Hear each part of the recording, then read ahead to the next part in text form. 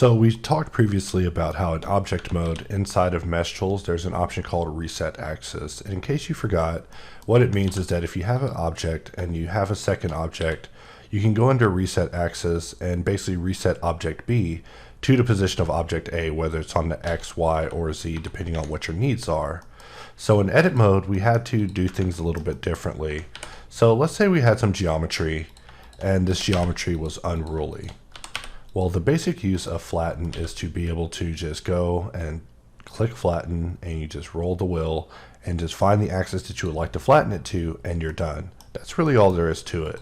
We could do the same thing this way, just kind of skew things at various sizes on the Z, and we go under flatten and we just roll the wheel and we're able to flatten it. And that's really all there is to flatten. However, there are also additional behaviors to it. So if we hover over it and we look at the tooltip, we see that control clicking will allow us to align views. So just selecting these two faces and control clicking will align view to the selection.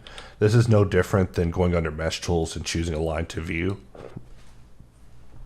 Alternatively, you also have the ability to jump into the select tool, similar to the object mode version. In fact, this is the exact same tool, but for edit mode.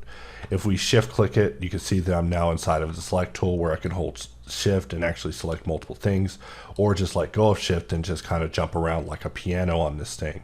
But we'll just right click to exit, and that is basically flatten in a nutshell for edit mode. It's the same tool as the one that you see at the top of mesh tools for object mode, except in edit mode it has the added benefit of being able to flatten axes, which is pretty much the only idea we could think to add for it for the edit mode counterpart. So in the event that you don't even want to roll the wheel, you can just jump into it and just press like say Y and just quickly jump to directly the axis you would normally be pressing.